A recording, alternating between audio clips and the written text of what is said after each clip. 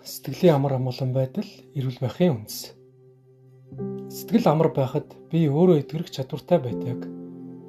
Ихэнх хүн эрүүл байхыг эм хоол дасгалаар л ойлгодог. Гэтэл өдөр бүр дотроо бухимдаж стресстэй явж байхад ямар ч юм бүрэн нөлөөлж чаддаггүй. Сэтгэл докторгүй үед би байнга чангарсан байдалд орно. Хоол шингэхгүй, нойрох ямарна, дархлаас уларна.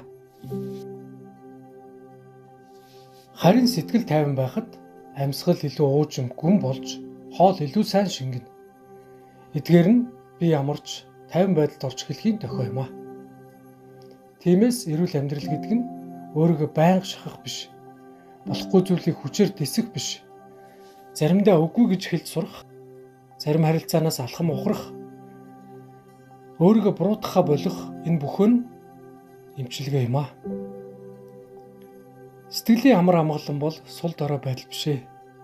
Харин өөрийгөө хамгаалж чаддаг ухаалаг байдал юм аа. Хэрвээ өнөөдөр та багахан ч гэсэн тайвширч чадвал маргааш таны бие танд илүү ихээр талархах болно.